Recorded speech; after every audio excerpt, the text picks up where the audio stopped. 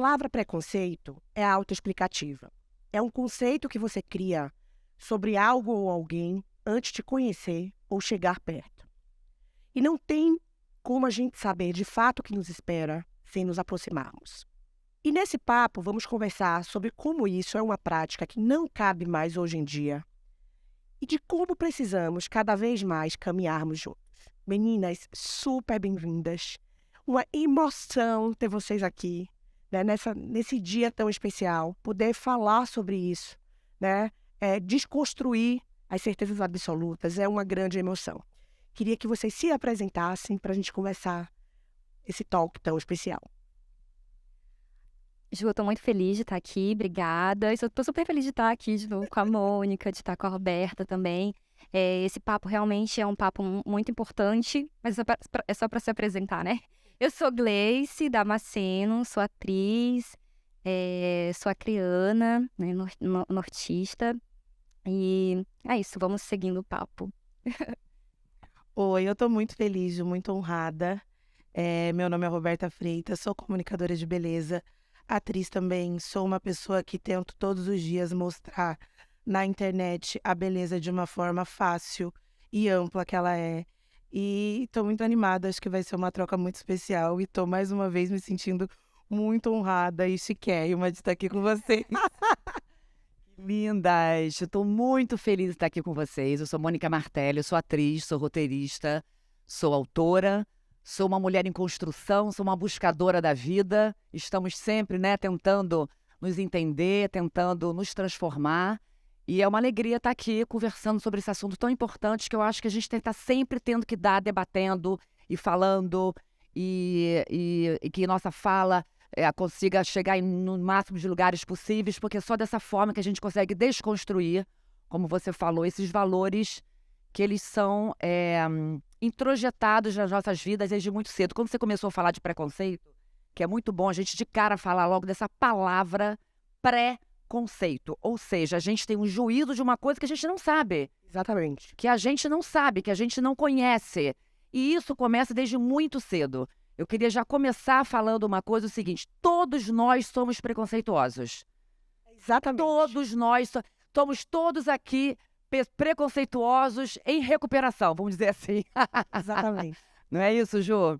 E é engraçado você falar disso, porque a minha primeira pergunta era isso. Como é que vocês lidam com os próprios preconceitos? Porque é isso, né? A gente nasce assim, a gente vai criando essas né, percepções e essas verdades, e a gente precisa estar atento para que a gente não faça com o outro o que a gente não quer, né, que o outro faça com a gente. Vamos começar com você, Gleice. Sim, mais cedo eu estava até conversando com uma amiga sobre isso, e eu acho que a forma que a gente tem de talvez ser uma pessoa menos preconceituosa nesse mundo é a gente se abrindo mesmo para estudar, para entender o outro, a gente tá cada vez mais aberto, né, para lidar com a diversidade que são as pessoas, sabe? Todo mundo é diferente. Então, obviamente, eu acho que você está aberto, né, a conhecer o outro, de fato, a cultura do outro, o jeito do outro. Eu acho que isso, e estudar também, né, dar um Google, às vezes é muito simples, às vezes você não sabe e às vezes você tá sendo preconceituoso, né? De repente você tá fazendo um comentário e você não sabe que aquilo dali é algo que é de um preconceito que você tem. Então, acho que a saída é a educação primeiro. Eu acho que você deve sempre estar aberto e disposto a estudar e a buscar conhecimento. E eu acho que isso te livra de muitas ciladas aí, de você, às vezes, estar sendo preconceituoso e nem estar se ligando, sabe? É isso. Muito bom. Você, Rob? Não, eu acho que é isso. Eu acho que o conhecimento é a chave de tudo. Mas eu sou uma pessoa que a terapia faz parte da minha vida, assim, para tudo. E na terapia eu consigo muito tratar essas coisas e às vezes levar para minha terapeuta coisas que às vezes me incomodavam e que aí hoje eu entendo que isso não deve me incomodar mais e a gente consegue trabalhar isso para eu ter uma outra visão. Porque eu acho que o preconceito é uma coisa que às vezes ele já nasce, né? Você cresce e aquilo vai caminhando junto com você, aí chega num ponto da vida que você olha e fala, peraí, não é bem assim, mas aí como que eu vou virar essa chave? E eu acho que a terapia ajuda muito nesse ponto também. E aí, unindo a terapia, o conhecimento, a gente tem a internet hoje em dia, que não é só para você dançar, fazer unboxing, maquiagem, como eu faço. Você pode fazer inúmeras coisas e é um portal para você ter conhecimento sobre várias coisas. Então, eu acho que hoje em dia uma pessoa que vive com o preconceito grudado nela é porque ela quer, porque não precisa mais. A gente consegue diariamente ir quebrando essas barreiras. Então, acho que é isso. Também, amiga, faço terapia há 30 anos, sem chance de alta. 2 vezes por Não, semana. e a pior agora que eu tô com 2 terapeutas. Porque eu tenho a minha antiga, só que eu tô precisando de uma outra coisinha. Qual é a outra visão? Entendeu? Aí agora eu tô sem graça de... Eu não sei o que eu faço, tô com 2 terapeutas. Enfim, mas eu acho que cada uma ocupa um lugar, entendeu? É isso mesmo, né? E a gente Claro. vai mudando, a gente muda Claro, muito. amor, olha só, a gente tá sempre em transformação. Entendeu? A gente tá aqui debatendo pra gente ajudar as pessoas também a mudar. Esse lema, Gabriela, eu nasci assim, eu vivi assim, eu sou assim, não rola. Não rola. Entendeu? Não rola. A gente muda, a gente tem que estar aí. Quando a pessoa fala, eu sou assim, não. Isso aí é uma ignorância total, absoluta. Eu acho assim, eu acho que é como vocês estavam falando, né? Claro, educação e conhecimento é a base de tudo. Eu acho que o preconceito ele chega nas nossas vidas muito cedo, né? Então, uma criança, um bebê, ela não nasce com preconceito. Um bebê é uma página em branco, né? Aí, quando muito cedo, com 3 aninhos, 4 aninhos, o menino já ouve, menino não chora. Aí ele já vai para a escola e já tem preconceito com aquele menino que chorou. Já tem preconceito com a menina, porque tudo vem desse machismo. Eu acho que a base de tudo está ligado ao racismo, ao machismo. São, né, o que a gente mais vive. E aí a menina que chora, que grita, a menina histérica, a menina não controla sentimento. Isso aí vai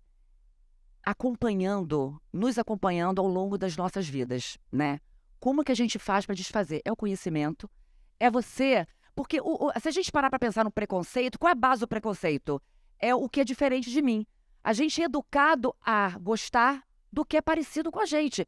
Só que num país plural como o Brasil, é um absurdo a gente querer, né? A gente querer só lidar com o que é parecido com a gente, né? Porque que eu sempre falo, imagina só um jardim ou uma cidade só com palmeira, coisa chata que não seria. Ou só com Monótono, coqueiro. né? Monótono. A grande graça da vida é a diversidade, né? Somos diferentes. Então, eu acho que é um trabalho diário. Somos todos preconceituosos. Eu acho que a partir do momento que a gente assume que todo mundo tem preconceito introjetado, porque é estrutural. É estrutural, né? Desde novinho você julga aquela pessoa, você julga a mãe. Eu, por exemplo, um exemplo. Há um tempo atrás, anos atrás, eu tenho 54 anos, então eu sou de uma geração que a mulher que não queria ser mãe, a gente falava, estranho.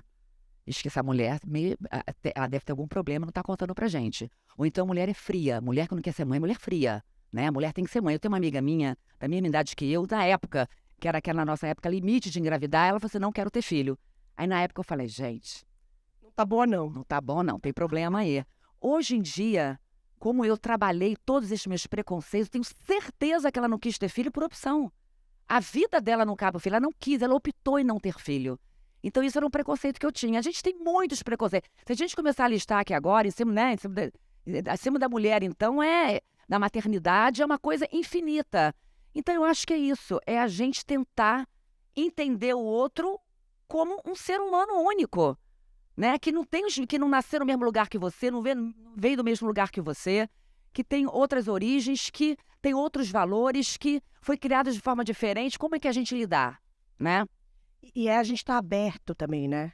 Porque tem um problema muito sério da dificuldade de entendimento, de a gente entender porque a gente está sendo preconceituoso, porque a gente não ouve o outro, porque a gente não entende o outro, porque a gente não para escutar. Já julga antes. Já julga, né? Eu lembro que na Bahia, com 15 anos de idade, meu apelido era Jubola. Eu fui apelidada e botada numa caixinha como Jubola, porque eu era uma menina gorda, diferente de todas as meninas da minha escola, das minhas amigas. E aquilo foi o primeiro grande baque da minha vida, né?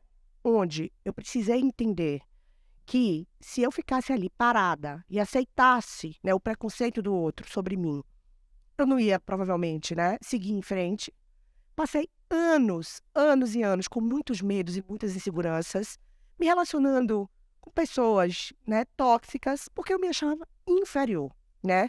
Quando eu me descobri e entendi que eu tinha o poder de ser eu e que eu também estava sendo preconceituosa com o outro por outras, né, visões, falei, tá tudo errado. Eu preciso mergulhar em mim, eu preciso aprender, eu preciso, né, recomeçar. É um restart.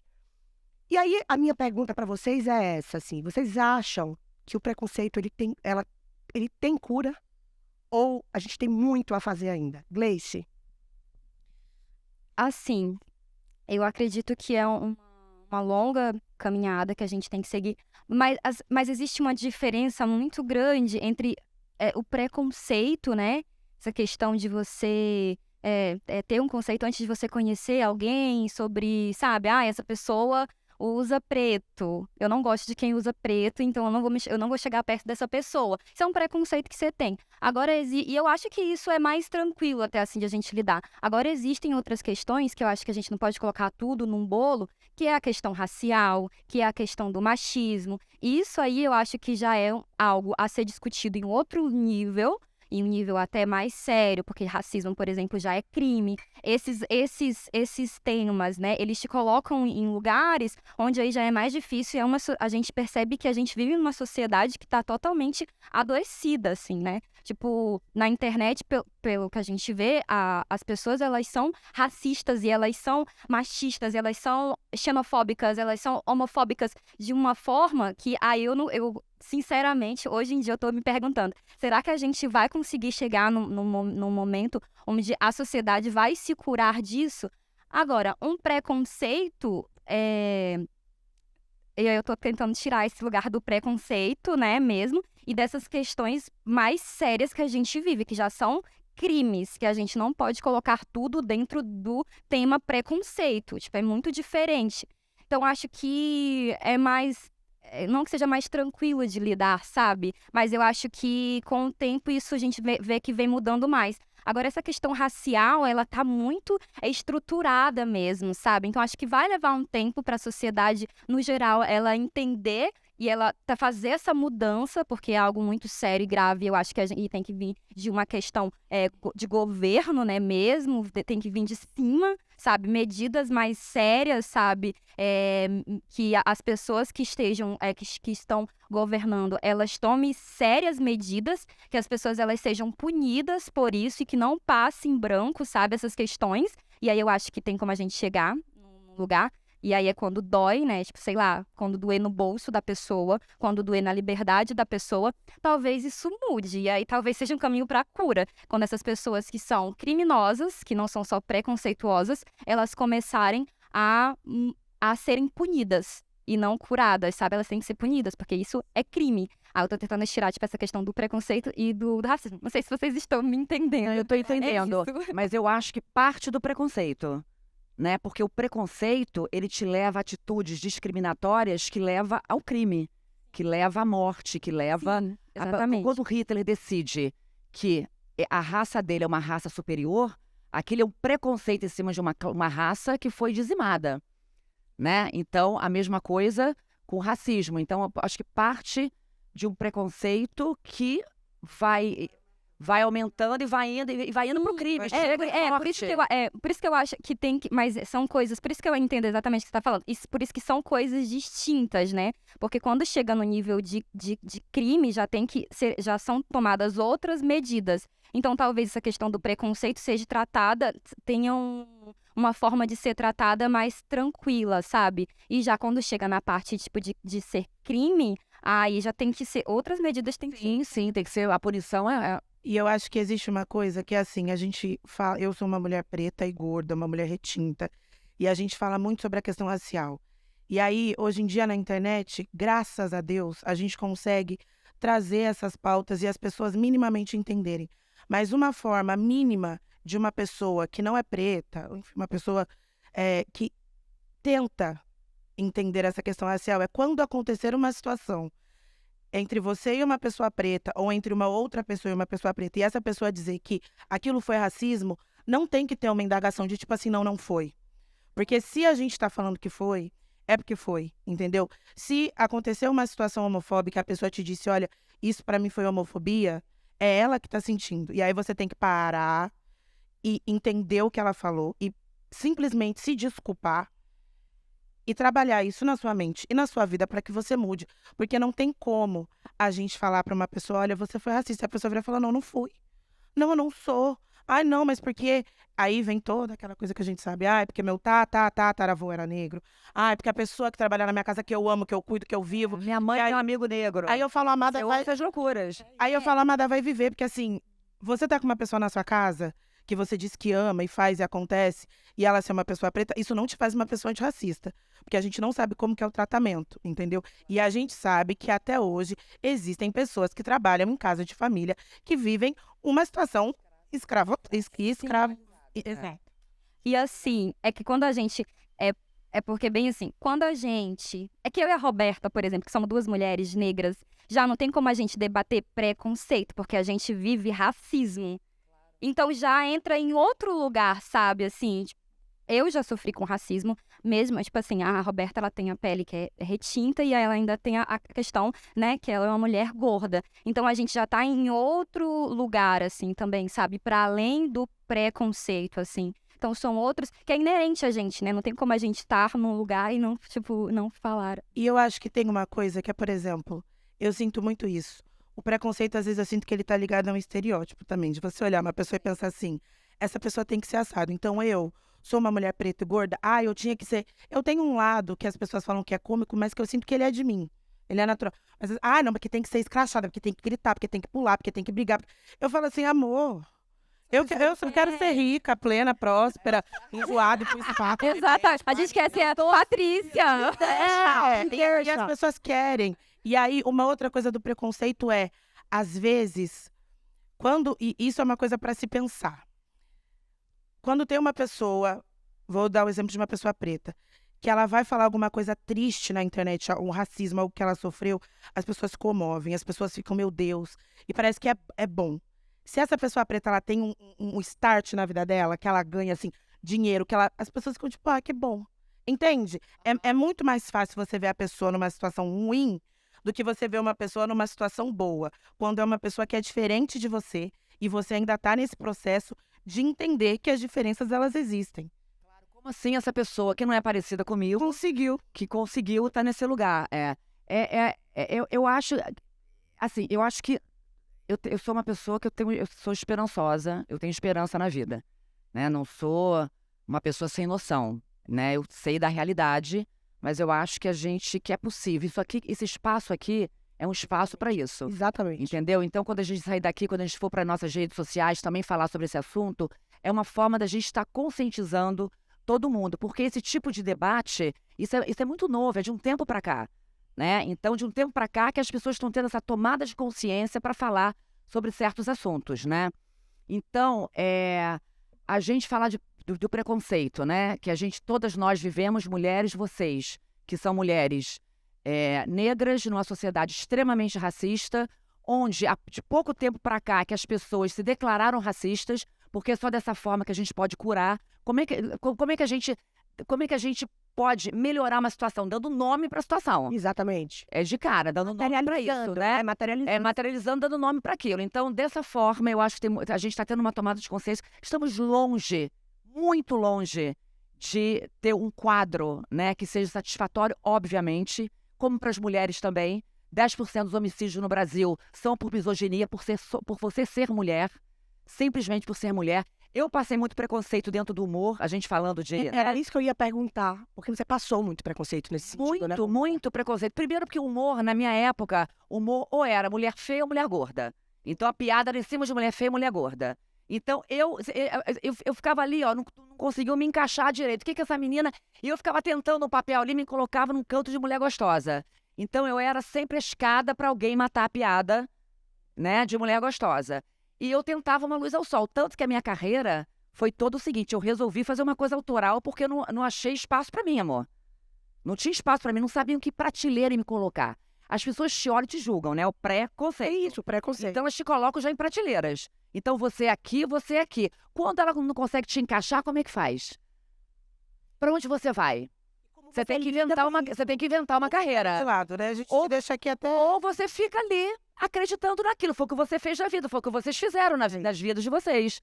Você não acreditou naquilo que te venderam Entendeu? Que seu corpo não tem poder, que seu corpo não tem força. Exatamente. Porque o estereótipo da mulher é a mulher magra. Entendeu? E olha como a vida da mulher é cruel. Eu, dentro de um padrão branca, magra, alta, a vida inteira eu sofri. Porque nós, mulheres, somos ensinadas a olhar no espelho e procurar defeito. Então, é uma coisa tão cruel. Quando eu olho foto minha novinha, eu falo, meu Deus, como eu me maltratava nessa época. Por quê? Por quê? É uma coisa que, sabe assim... Você falou isso de olhar novinha, eu tenho 27 anos. Hoje, assim, estou de fato uma pessoa gorda. Eu nunca fui seca, mas quando eu era mais nova, que eu tinha 16, 17, até 21 anos, eu me considerava uma menina com um corpo maior. E aí, naquela época, as pessoas já falavam pra mim que eu era imensa.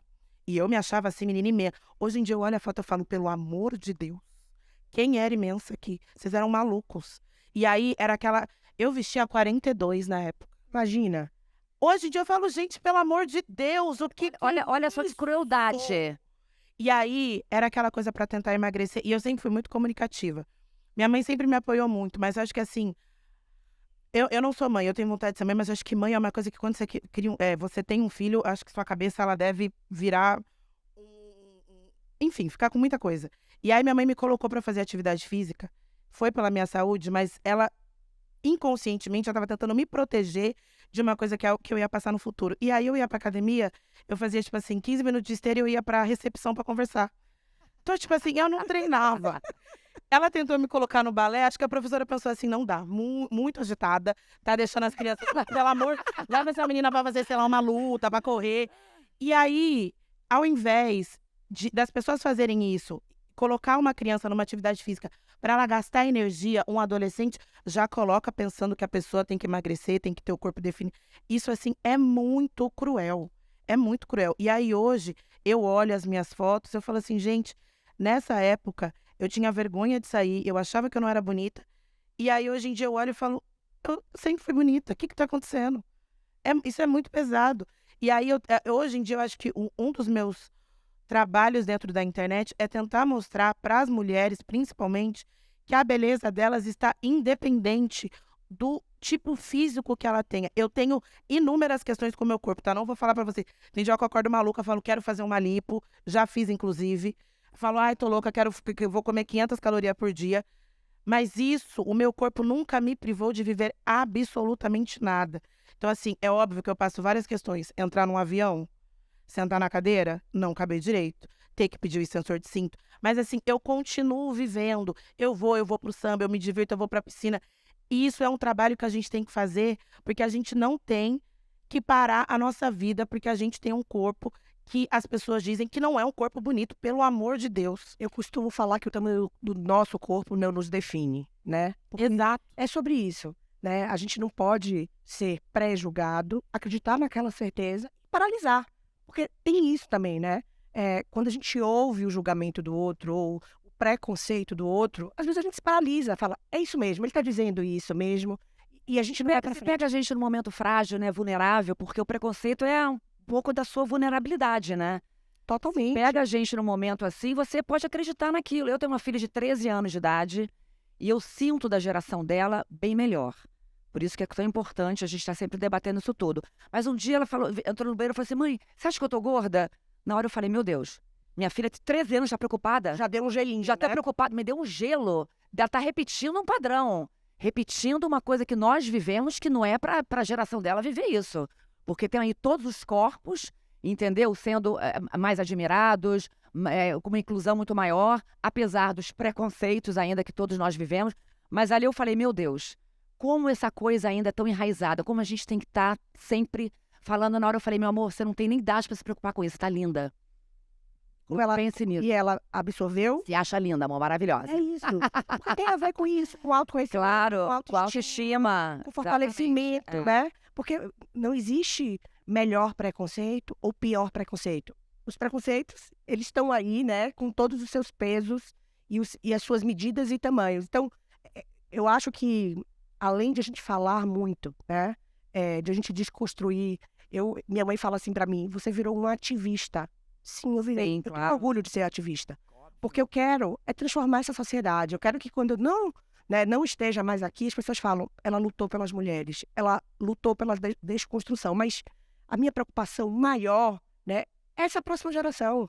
A sua filha tem 13 e o meu filho tem 18, né? Mas eu tenho uma afilhada de 5 anos que todos os dias da vida, por conta das redes sociais, pergunta a mãe se tá gorda. Não quer botar uma blusa porque se acha gorda. Então, como é que a gente quebra isso, entende, Mônica? A questão de redes sociais é uma coisa muito séria, porque tudo na vida tem um lado bom e um lado ruim. O lado bom disso, por exemplo, a minha filha tem cabelo ondulado, ela ama o cabelo dela cacheado. Ama. Ela fez umas luzes no cabelo, o cabeleireiro falou, vamos fazer uma escova, uma babyliss. Ela, não, quero meu cabelo natural. Então, isso eu acho que também já é herança dessa tomada de consciência dessa geração que está vindo amando o cabelo cacheado. Porque na minha geração, as meninas de cabelo ondulado passavam no ferro. Entendeu? Passava Fazia touca. Quente. Fazia pente touca. quente, touca. Pente quente. Não cheguei Era Mas a minha mãe chegou a usar A Nessa ficava assim. o ferro de passar, assim, De passar. no negócio, assim, sabe? Ao mesmo tempo, muito. Ao mesmo tempo que tem esse lado bom, que você hoje entra numa farmácia e tem produto para todos os tipos de cabelo. Na minha É época, muito não. recente, né? Muito recente. Quando eu era Muito criança, recente. não tinha. Não tinha, para você ver. Assim como maquiagem também, né? Essa maquiagem, então. Gente, maquiagem, hoje em dia, você conseguir contratar um profissional para te maquiar, por exemplo, ou você ir numa loja e comprar e você conseguir achar uma base do seu tom, isso, assim, eu digo que é revolucionário, porque há um tempo atrás a gente ficava literalmente cinza. E aí são sobre essas coisas também, né, de ver que as coisas elas estão começando a caminhar. E aí não é só a base, aí é o blush, é o corretivo, é o iluminador. Porque o corretivo que dá na pele da Mônica não vai dar na minha pele. O que dá na pele da Grace não vai dar na minha. E assim sucessivamente. E a questão da linguística também. Você falando agora, me veio na minha cabeça quando falava qual é o tom da minha calça, cor de pele. Que cor de pele? Porque a questão... Pensa todas, né? Olha, Entendeu? Num Brasil plural como o nosso, você não pode definir uma língua, uma linguística, né? Uma forma de falar. mas olha né? que louco, isso que você falou de meia, né? Mas um dia desse eu entrei numa loja de lingerie e daí, pela primeira vez, eu encontrei uma calcinha que fosse a cor da minha pele. Eu fiquei tão chocada que eu tirei foto e mandei pra todas as minhas amigas. Eu falei assim, gente, olha só, tem uma calcinha É com a cor da minha maravilhoso, pele. maravilhoso. Muito legal. Então, tem todos esses avanços, mas ao mesmo tempo, as redes sociais podem enlouquecer. Porque ali existe uma vida perfeita, uma vida alegre, ninguém tem problema, o povo viaja o ano inteiro, entendeu? Eu já não sigo mais quem viaja, amor, porque não dá. Não dá. Eu tô trabalhando, presa, tô trabalhando, só trabalhando. Entendeu? Então, eu falo assim, inclusive pra minha filha, você não acredita nem no Instagram da sua mãe, amor. Isso aqui é uma edição do que eu quero, é uma edição do que você quer. É uma edição que a gente faz daquele momento que a gente está vivendo. Então, é complicado. Para uma criança, para uma adolescente, para nós temos filhos, a gente tem que estar ali o tempo inteiro nas redes sociais para entender como funciona aquilo ali. Porque, ao mesmo tempo que traz coisas maravilhosas, aquele cabelo que ela ama, mas traz também uma vida que não existe. O mundo real, né? E eu acho que tem que ter a responsabilidade de quem tá na internet, porque, por exemplo, eu trabalho com maquiagem. E aí, quem me acompanha ama maquiagem também. E aí elas ficam. E aí eu tenho muito produto, porque as marcas mandam, porque eu tenho que testar, porque eu faço publicidade. E elas ficam enlouquecidas. Meu Deus, eu queria ter essa quantidade. Eu falo, gente, nenhuma pessoa em sã consciência teria essa quantidade de produto. Eu só tenho isso aqui porque eu trabalho. Não é normal. Se eu fosse uma pessoa que eu fizesse qualquer outra coisa da minha vida e eu tivesse 3 carrinhos de maquiagem, um armário inteiro, você podia falar que eu não tava boa da cabeça. Não faz sentido, porque eu não ia conseguir usar. Eu tenho tudo isso porque eu tenho que usar. E justamente para mostrar para elas, compensa ou não compensa? Porque tem que ter essa verdade também. É óbvio que é muito difícil, e principalmente para mim, que fui uma pessoa que eu não nasci rica, e eu sempre brinco, eu falo assim, eu não nasci rica, mas eu vou morrer rica. Isso é uma convicção que eu tenho dentro de mim.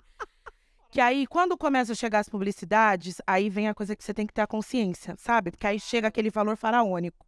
Mas é uma marca que não é legal. Aí você fala, meu Deus, o que eu faço? Mas aí isso é E aí você tem que falar não. Tem que falar não, porque nós temos essa responsabilidade. Nós Exato. temos muitos seguidores, a gente tem pessoas que se inspiram nas nossas vidas. Então, tem que ter uma responsabilidade ali do que você fala, do que você faz, com certeza. E até quem tá... A última coisa que eu vou falar, até Pode falar tudo. até quem tá na internet. Às vezes a gente fica vendo a vida do outro e a gente sabe que não é 100% aquilo. Você começa a pensar, nossa, mas seria tão bom se eu fosse assim, se eu tivesse isso. Aí você vai vendo a pessoa comprar 65 mil bolsas de luxo. Eu falo, gente, mas com que cartão? pior não é isso. Mas, Pelo amor, como que faz? mas o pior é isso. Passou esse cartão. Eu falo, gente, mas a pessoa é dona do banco. O pior não é isso, não. É pra onde é que essas pessoas vão com essas 65 bolsas, amor? Exato. Eu não tenho nem saco, nem tempo de trocar a bolsa de cor. Então, fico pensando o que, é que essas pessoas fazem, né? E aí é uma coisa. Aí acontece essas coisas, aí depois, teve uma época que eu fiquei assim, meio neurótica. Falei, nossa, eu trabalho tanto, mas não consigo comprar as bolsas que eu quero. Aí não consigo, uma porque às vezes realmente o dinheiro não dá, outra porque aí começa a dar uma crise existencial, tipo assim, devo comprar, não devo. Aí eu descobri moda circular. Então agora eu fico nesses brechós, amada. Eu Claro. vou printando tudo que eu Eu quero. acho que é o futuro, né? Exato, porque isso é o que faz sentido. Porque aí pensa, gente, é um investimento. Então, eu vou dar uma dica. Se você comprar uma bolsa, você compra a guarda-nota, a caixa, tudo.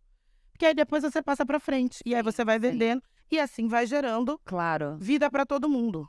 Eu acho que é legal, né, a gente tá aqui falando sobre isso, porque são novos tempos, né? Não deveriam ser tão novos assim, mas quanto mais a gente exemplifica, né, esses novos comportamentos, de chegar numa loja e ter uma calcinha com seu tom de pele, da maquiagem, da questão da economia, da moda circular, assim, é o que a gente deve olhar para o futuro e como é que a gente deve construir, né, e fortificar a nossa mensagem nesse sentido. A gente está falando de preconceitos, mas enquanto eu ouvia vocês falarem, a gente também, aqui nós quatro, temos uma responsabilidade muito grande como influenciadoras, né? E influenciadoras da vida real. Não são influenciadoras, né? É legal a gente pousar com a bolsa, é legal a gente estar, né, fazendo um estilo nas redes sociais, mas existe uma linha tênue sobre o que você fala, o que você pratica, o que você posta. Como é que você lida com isso, Mônica? Você é uma mulher que é influenciadora antes mesmo das redes sociais. Eu tô, assim, muito emocionada de estar aqui falando com você, porque o primeiro filme que eu vi seu, você indo pra Bahia, eu passei o cinema inteiro entre choro e sorrindo muito. Porque eu me sentia aquela mulher, né? E dali em diante, eu falei, gente, como é importante ter alguém pra gente se identificar. Apesar de a gente não ter o mesmo biotipo, você passou por coisas que eu passei, né? E que a gente quebrou barreiras, e a gente está aqui, graças a Deus, feliz, agradecendo, vivendo esse momento de poder, né, falar sobre assuntos tão importantes, tendo ali, daqui a 2 dias, um festival para mulheres, feitos por mulheres. Como é que você lida com essa influência da vida real? Eu mudei um pouquinho a pauta, diretor, mas eu não posso perder isso aqui, não. Eu quero ouvir vocês. Primeiro que, assim, tudo que eu escrevo, né, que você falou que se identificou com o filme, são questões existenciais que dizem a todas nós, né? Os medos que a gente tem na vida, solidão, medo da solidão, vontade de ter uma relação em que dê certo, né?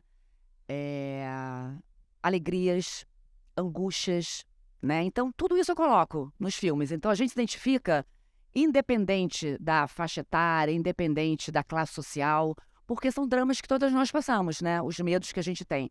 Eu tento na minha vida buscar um caminho da coerência. Super difícil. O que é ser coerente? É você agir da forma como você pensa. Então, isso é um must para mim. É o máximo que a gente pode conquistar na vida.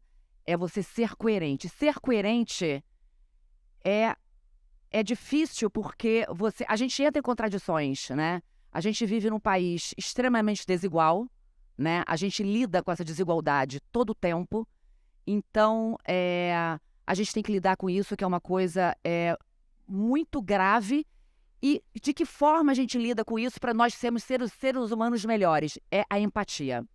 Essa palavra tão na moda, que todo mundo fala, que poucas pessoas realmente têm empatia de verdade na vida, porque eu acho que o ser humano, nós seres humanos, viemos aqui nessa existência para ser empático, para você olhar para o outro e você se colocar no lugar do outro. Então eu acho que nós viemos aqui nessa existência para ter empatia, que eu acho que é o máximo do ser humano, é ter empatia, né? A maioria das pessoas não tem, porque você já julga o outro, já tem preconceito do outro, da classe social que o outro vem, da onde você veio, do que você veste, do que você come, enfim, de tudo. Então eu acho que a gente tem que buscar nas nossas vidas construir ser empático, ter empatia com o outro, que eu acho que é o dever do ser humano aqui na Terra. Entendeu? Cada um, amor, a planta tem que fazer a fotossíntese, a gente tem que ser empático, tem que ter empatia. Inclusive, tem até uma história linda que eu vou contar pra vocês, de 2 monges na beira de um lago. Todo mundo vai gostar. 2 monges na beira de um lago, e eles estão lavando uma roupa, e vem um escorpião. E começa a se afogar, o monge vai, pega o escorpião pica ele. Ele vai pôr o escorpião lá e continua lavando a roupa. O escorpião de novo vai pra água, e ele de novo salva o escorpião. O escorpião pica ele de novo. E aí o monge do lado fala, mas por que você de novo salvou o escorpião? Você sabia que ele ia te picar? Aí ele falou, eu estou sendo ser humano, tendo compaixão. O escorpião está sendo escorpião, está picando. Estranho seria se eu picasse e se ele tivesse compaixão. Que lindo. É lindo. Então é isso, a gente tem que ter compaixão, a gente tem que olhar o outro, a gente tem que ter olhos para o outro. Eu acho que o preconceito vem desse lugar de você não enxergar o outro. Você não enxergar o seu diferente. Então o que eu tento fazer na minha vida é um trabalho de me colocar no lugar do outro, um trabalho de ser coerente, que não é fácil você agir conforme realmente você pensa. Porque a gente dentro de uma relação, de cara, dentro de uma relação, se a gente realmente, tudo que a gente sente, que a gente pensa, se a gente colocar em prática, a gente não consegue, a gente é criada para aguentar isso, para ser família, para ser uma mãe assim. A gente é julgada como mãe o tempo inteiro. Então eu acho que o meu trabalho é tentar ser coerente nessa vida. Eu acho que eu tô conseguindo. Eu posso te dizer, te conheço pouco, mas te admiro muito que você está sendo coerente com você e com a gente. E eu acho que ver o seu trabalho deixa a nossa vida mais feliz e mais fácil. Então, E olha só, e ver o trabalho de vocês também, porque na vida, quando alguém virar pra gente e fala graças a você, esse graças a você já é um propósito nas nossas vidas. é isso. Você já afetou a vida de alguém. Então, se a gente aqui afetar a vida de uma pessoa, de 2 pessoas, a gente já tá num caminho assim tão de luz, sabe? Sei. Então, eu sinto que é essa a minha missão, como é a missão de vocês também, é afetar a vida de muitas mulheres.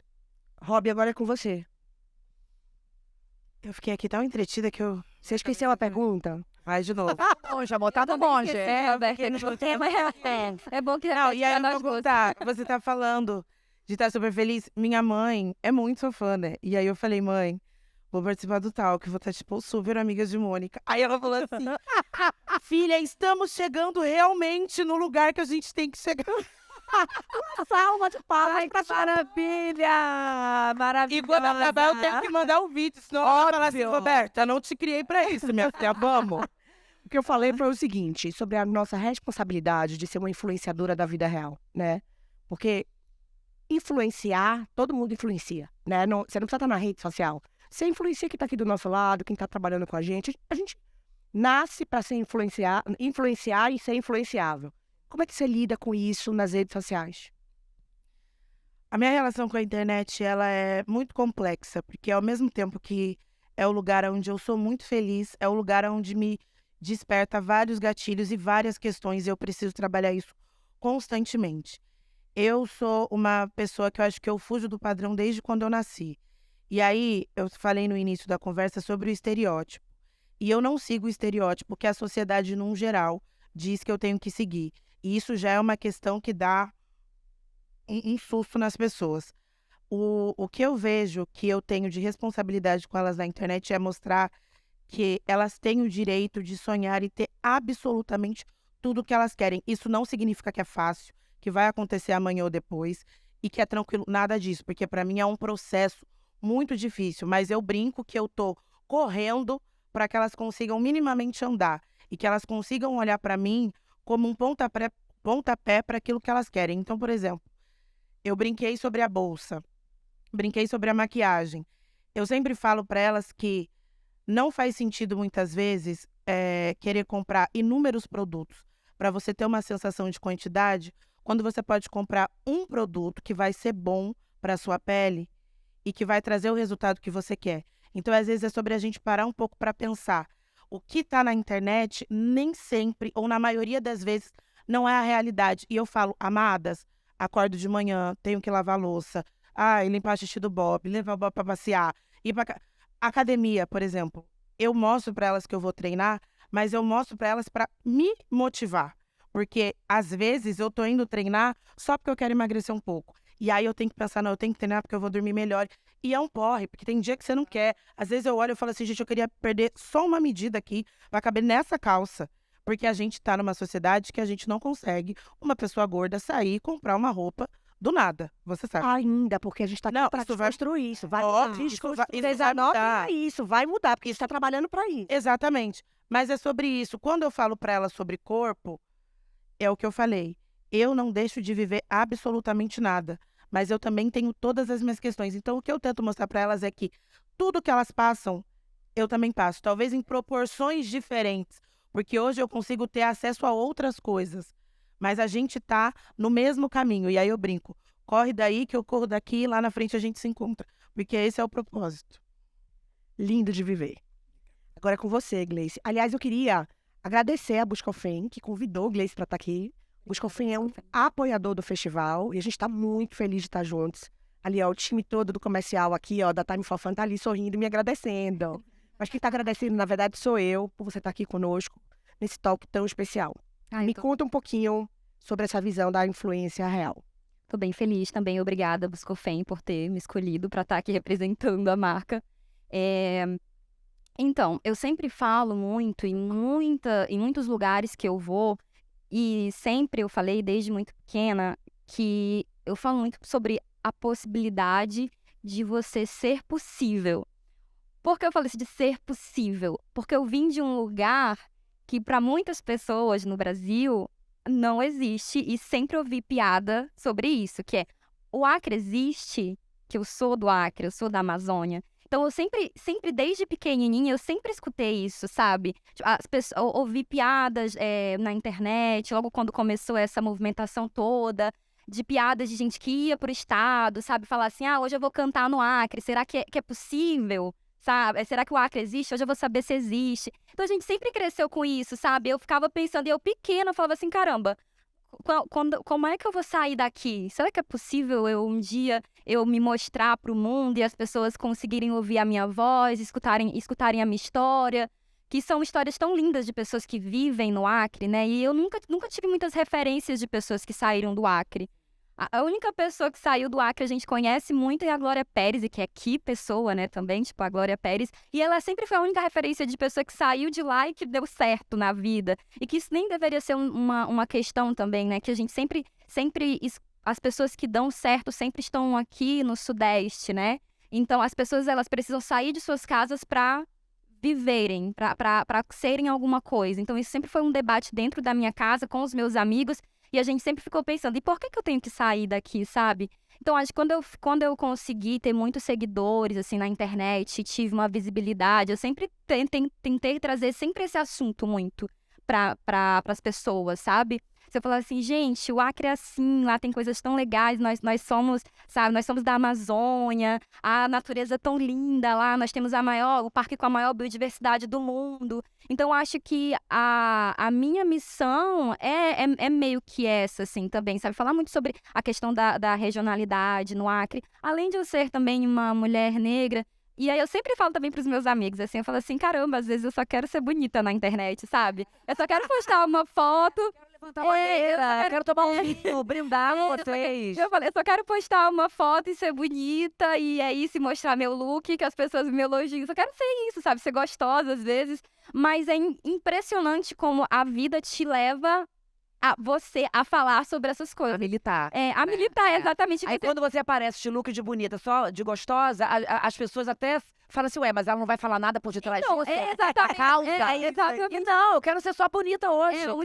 Um amigo meu falou assim pra mim, até engraçado essa história, ele falou assim, Gleice, eu acho que você tem que se candidatar, ou eu acho que você tem que, sei lá, assumir uma cadeira na ONU. Eu acho muito legal isso, lógico, eu adoraria.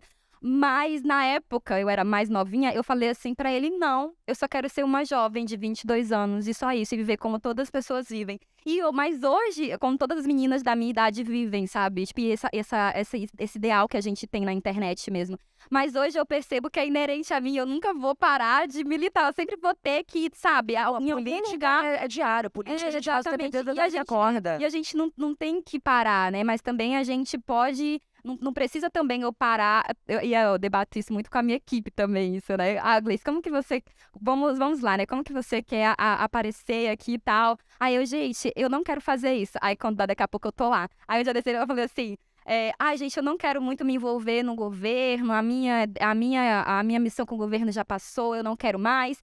Aí, deu uma semana, eu tava na reunião com o presidente. Aí, sabe, não tem como. A gente, os nossos corpos são políticos, né? Tipo, a gente, onde a gente nasceu, a gente tem muito pra falar desse lugar. E quando você olha e fala assim, cara, quem é uma jovem que veio do Acre, que ascendeu e que pode ser uma representatividade aqui da Amazônia. Quando olha, não tem muitas pessoas que conseguiram, sabe, ter voz, infelizmente. E eu sei que tem pessoas muito talentosas lá, mas que por essas questões de preconceito, de xenofobia, de todos esses, enfim, machismo, racismo, tudo, as pessoas não conseguem ascender. Eu falo, gente, são pessoas até mais preparadas e que têm mais, sabe, argumentos e são mais preparadas do que eu para estar nesse lugar. Tem o seu alcance. Exatamente. Né? E não tiveram oportunidade, né? Mas eu vou te dizer uma coisa, desculpa te interromper. Agora elas vão ter. Sim. Porque elas têm alguém representando elas. Eu, como mulher gorda, baiana, produtora de eventos, na verdade eu sou jornalista, eu não tinha em quem me inspirar. E quando eu me conectei com Preta, o amor da minha vida, Preta Gil, Preta foi uma mulher que abriu caminhos para mim. Porque ela foi produtora, ela foi publicitária, ela é cantora, ela está passando por um momento... Um beijo enorme pra Preta. Preta tá presente em todos os lugares. Muito axé, muita saúde, muita prosperidade. Ela abriu caminho para mim, tô até emocionada. Ela abriu caminho para mim, porque eu me vi nela. Se ela podia, eu também podia, né? E eu tenho certeza que outras mulheres que estão lá na Bahia também entendem que podem, porque eu tô aqui, porque você tá aqui, porque vocês estão aqui. Então, isso é muito bonito, né? E isso é muito potente. E é muito importante falar dessas mulheres que vieram antes da gente, que elas abriram esses caminhos, né? Exato. Essas mulheres importantes que são responsáveis pra gente estar aqui agora. Tendo esse lugar de fala, porque senão nem aqui a gente estaria. A gente tem que ter permissão pro marido pra estar aqui. Fale. Ó, a minha diretora... Mas deixa eu só quero falar uma coisa, fazer um agradecimento e dizer que você também tem sido essa pessoa. A gente, enfim, curtiu o carnaval juntas. E aí eu vou dar só um contexto aqui básico. Eu cheguei lá e Ju podia ter olhado pra mim e falado, linda, você veio trabalhar, beijo, vai trabalhar, vai viver, vai curtir o carnaval. E a gente sabe que o camarote fica muito cheio, é muita gente. E aí ela olhou pra mim e falou assim, depois você fica lá em cima, aonde eu fico, pra você ficar mais confortável. E assim, ela tava no meio da correria, ela podia simplesmente só ter feito a foto comigo e ter me deixado ali. E aquilo me atravessou de uma maneira, porque eu falo, às vezes é sobre isso, entendeu? É sobre a pessoa te enxergar e falar assim, não, poxa, ela veio, ela tá trabalhando, eu tenho uma relação com ela, vou fazer o negócio acontecer com ela também. Aquilo talvez pra você foi muito básico, você só me deu a pulseira e me colocou ali. Mas aquilo, e aí eu assisti da arquibancada lá na parte, menina, eu fiquei me sentindo, né? Falei assim, esse cara lá, maravilhoso, eu nasci pra essa vida.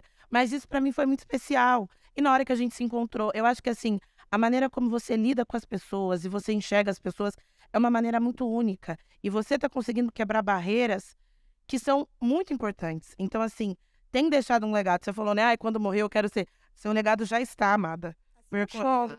Assim eu choro, obrigada. Mas eu fiz a minha obrigação, porque o camarote é a minha casa. Receber os meus convidados né? Quando a gente recebe as pessoas que a gente gosta na nossa casa, a gente tem que estar de peito aberto.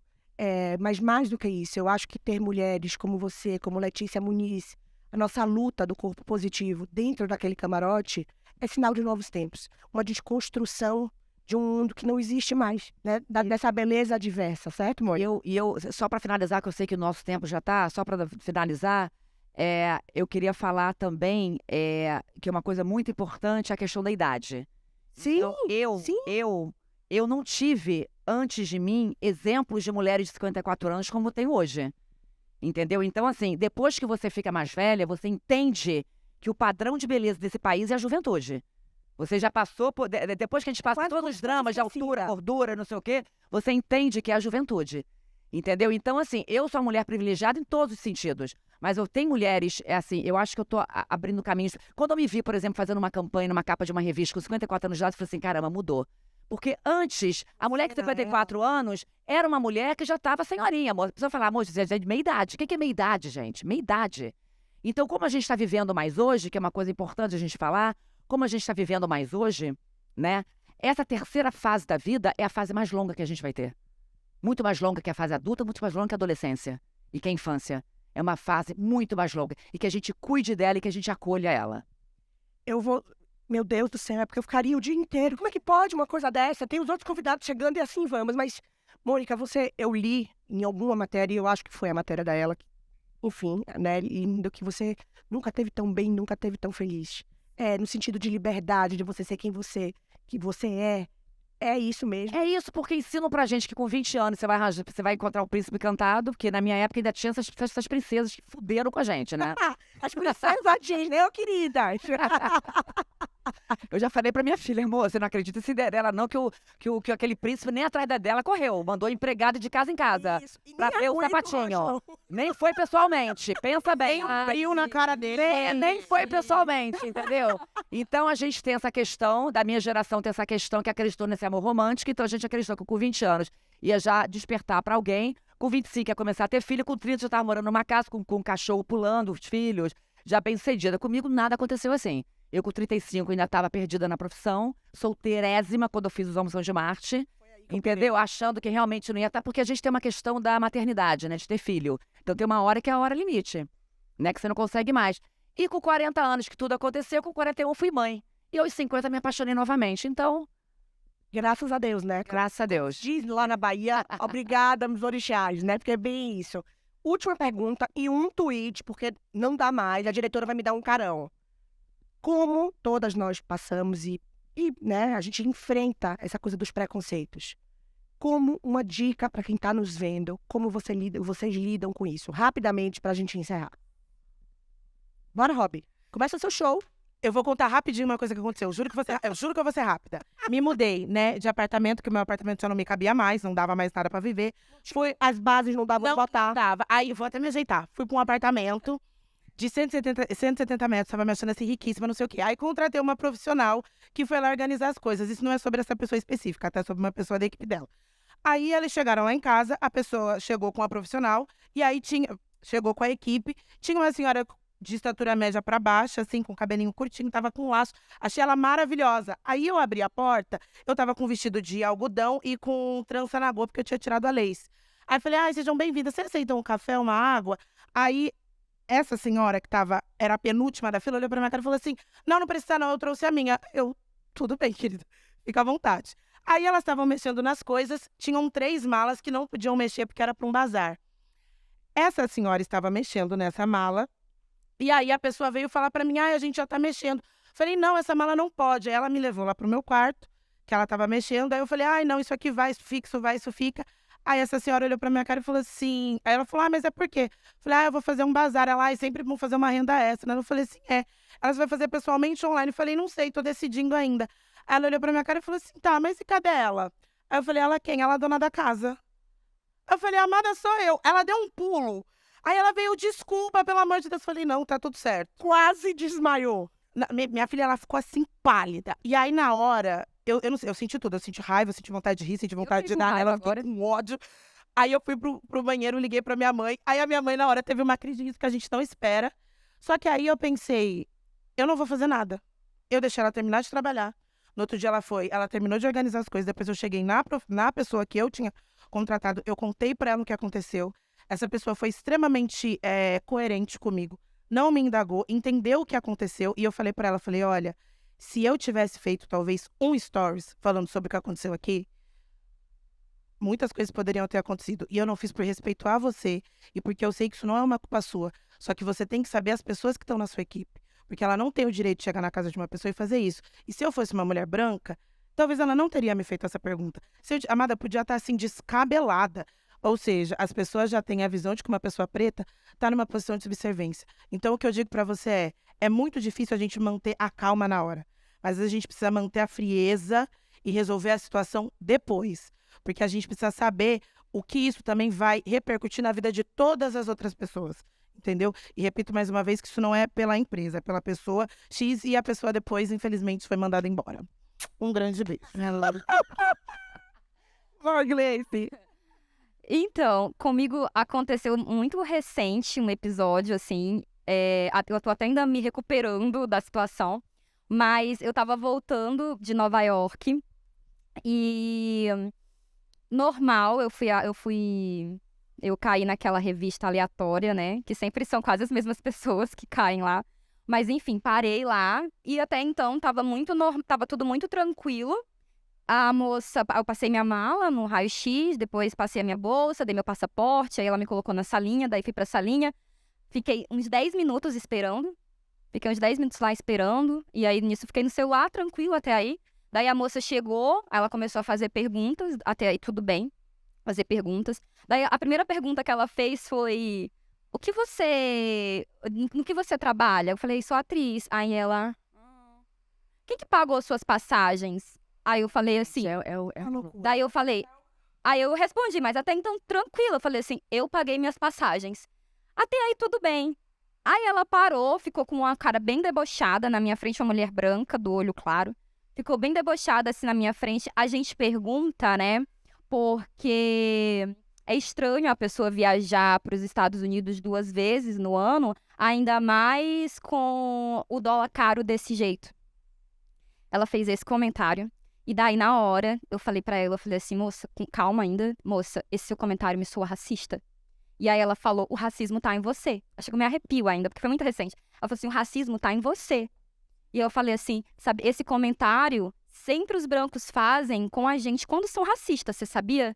Aí ela falou, você está falando coisa que eu não sou. E aí eu falei assim, não. Aí eu me alterei já, comecei a me alterar. Falei assim, não, eu tô falando que você me repetiu e eu quero te denunciar. Aí ela pegou, eu falei assim, tem alguma autoridade aqui, assim, alguém acima de você? Ela, eu sou a autoridade aqui, você calha a sua boca, sente. Aí eu falei assim, eu sou obrigada a sentar, eu não vou sentar. Eu vou ficar aqui em pé, eu não vou sentar. E daí ela falou assim, eu vou te autuar. E aí ela levantou, apontou o dedo na minha cara e falou assim, eu vou te autuar, eu vou te autuar. Eu falei, pois faça seu trabalho. Faça seu trabalho, chame, e eu quero que chegue mais gente aqui porque eu vou te denunciar, porque esse comentário não é um comentário normal pra você fazer com uma pessoa. Ela tinha o direito de ela falar perguntar qualquer coisa pra mim. Agora, fazer comentário em cima dessas perguntas, eu acho que não é o trabalho dela. E aí ela levantou, ficou falando que ia me autuar, não me autuou, não fez isso. Pegou um celular meu, que eu comprei no ano passado, em maio de 2022, que eu comprei. Ela falou assim, então, você tem 2 celulares, vamos ver se está tudo certo com esses celulares. E aí, um celular eu comprei no Brasil, que era o meu antigo, e o outro eu tinha comprado nos Estados Unidos, realmente, em uma viagem que eu tinha feito em maio do ano passado para lá. E aí, ela falou assim, esse seu celular aqui vai ser tributado. E aí, ela me tributou esse celular que eu comprei no ano passado. Enfim, paguei, aí eu fiquei muito, eu tava muito nervosa, eu tava realmente muito alterada. Você tava sozinha? Eu tava sozinha o tempo todo com ela, e tinham 2 seguranças do lado, assim. E aí eu peguei e falei pra ela, e falei assim, eu quero alguém aqui. Eu falei assim, eu quero seu nome. Ela falou assim, meu nome vai no documento. Aí ela falou assim, eu falei assim, eu duvido se você falaria isso pra uma pessoa branca, se você faria esse tipo de comentário. E ela falou bem assim, eu faria pra qualquer pessoa. Eu falei assim, eu duvido que você falaria. E daí aí passou algumas pessoas, e daí eu tava muito revoltada mesmo, sabe? Tipo, eu não fiquei chorando na hora, depois eu postei um vídeo, mas depois que já tinha passado tudo, mas na hora eu reagi mesmo, sabe? Eu fiquei muito feliz, assim, de ter conseguido reagir, de ter entendido o que eu tava sofrendo ali na hora. E aí eu comecei a falar pra ela que ela poderia chamar, que geralmente nesse caso, quando ela autua, a PF vem, né? Eu falei assim, eu quero mais gente aqui pra testemunhar. E ela falou assim, é a sua palavra contra a minha. Bem assim, debochada, é a sua palavra contra a minha, vamos ver. E aí eu peguei, olhei pro segurança, falei, tem algum gravador aqui? Aí ele apontou e tinha um gravador. Eu falei assim, ótimo que tem um gravador. E daí ela pegou, saiu, pegou a bolsa dela, foi embora. E o amigo dela continuou me atendendo. Mas ela foi embora. E daí, na hora lá mesmo, o que eu fiz, né? Que a pergunta foi sobre como você reage. Na hora, eu escrevi um e-mail para a ouvidoria denunciando tudo que ela tinha feito.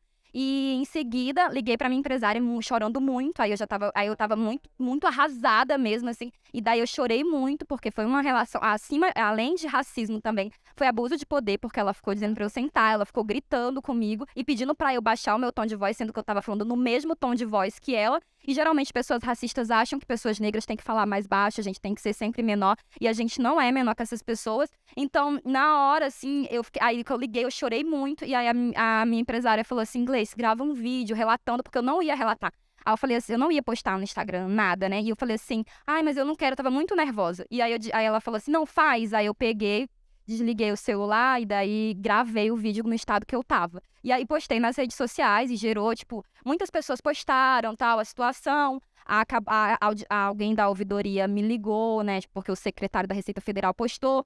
O Haddad também acabou postando, que é o ministro da Fazenda também postou. Enfim, porque gerou essa repercussão. Inclusive, hoje mesmo eu já cobrei elas lá, falando, e aí, como é que tá o negócio? Eu quero saber, sabe, manter atualizada. E tô cobrando para saber o que vai ser realmente feito, sabe? E se a atitude dela, o comportamento dela realmente foi algo normal. Porque, na minha opinião, não é normal ela abordar nem branco, nem preto, ninguém daquela forma que eles abordam, sabe? Então, se isso é normal, tem que mudar. Porque não pode, se é normal pra eles, porque eu não acredito que aquilo seja normal e não foi normal comigo, porque outras pessoas brancas também na mesma hora passaram lá e eles não tiveram o mesmo comportamento, assim. Então, eu acho que nessas horas a gente tem que denunciar, e eu fiquei muito feliz de ter conseguido denunciar e de ser firme na hora, sabe? Mas depois isso deixa marcas na gente. Se eu não tivesse exposto isso na internet, eu ia ficar com isso só pra mim, sabe? E achar que isso era normal. E poderia passar por ali e outras pessoas negras também passarem pela situação, serem agredidas, não denunciarem, e isso realmente ser algo comum e normal das outras vezes. E a gente espera que isso mude, né? Esses tipos de abordagem por parte do Estado. Vai mudar com atitudes como a sua. Exato. Tem que ter punição. Sem punição, tem que ter como exemplo. Senão, é a impunidade que impera, né? É você que vai fechar agora, em grande estilo. Meu amor. É você. Como que eu já tenho, eu tô tão assim. A pergunta era como a gente enfrenta os preconceitos. Eu acho que a gente não tem que ter medo dessa dor. Essa dor chega. Quando a gente sofre o preconceito, essa dor existe. Ela tá ali. Ela vem e a gente tem que entender essa dor. Mas eu acho que a única forma, denunciando em casos como o dela, falando para as pessoas não ficarem impunes, que a gente tem vergonha de falar o que acontece com a gente. Sim. Eu passei por várias situações de certos abusos na minha carreira, e preconceitos e abusos, e eu não falava, primeiro que eu achava que era normal, e depois porque eu tinha vergonha. Então hoje eu já falaria. Hoje a gente já se posicionaria de forma diferente. Que bom que essa geração nova já está falando, e que bom, como você falou, que bom que eu tive coragem na hora de entender o que estava acontecendo, porque às vezes a gente carrega e fala, cara, peraí, aconteceu isso comigo mesmo agora? Eu não reagi, né? Acontece isso. Então eu acho que é você entender, você não ter medo dessa dor, que essa dor vem, e você denunciar, como eu falei, em casos como o dela, e você passar e falar, isso aqui não é meu, essa conta não é minha, amor. Essa conta não é minha, isso aqui não vai me enfraquecer, isso aqui não vai me deixar me sentir menor, é você olhar pra dentro e continuar a caminhada. É isso. Eu também vivi uma coisa muito triste esse ano, do carnaval. Não deveria nem estar falando, mas eu acho que foi tão forte, tão profundo ouvir vocês, que eu também queria falar de um profissional de comunicação muito respeitado, que por infelizmente eu não ter dado um convite a ele, por eu não ter um convite do carnaval, ele ligou para os meus clientes e amigos e sócios e me xingou de uma mulher gorda, enfim, foi me depreciando. E eu fiquei muito debilitada, porque aquela pessoa foi muito importante para mim no passado, quando eu trabalhava com revistas. Mas eu consegui enfrentar o meu medo, e eu, depois do carnaval, consegui mandar uma mensagem para ele, com muita clareza, dizendo, isso não vai se repetir, isso não vai acontecer. Quando você tiver algum problema comigo, você me ligue. Mas falar de mim para os demais, eu não vou aceitar. Então é isso, a gente precisa combater, a gente precisa lutar, mas a gente precisa mesmo se respeitar, né? Respeitar os nossos valores, a nossa essência de que a gente é. De novo, estou muito emocionada, muito feliz e muito grata por poder estar aqui com vocês hoje. Obrigada. Obrigada a você, querida. Obrigada a vocês. Obrigada. Eu queria aproveitar e dizer que eu espero todas vocês sábado e domingo no Festival Girls. Com certeza. Esse festival com line-up 100% feminino e com muitas mulheres incríveis. Obrigada. Beijo. Beijo.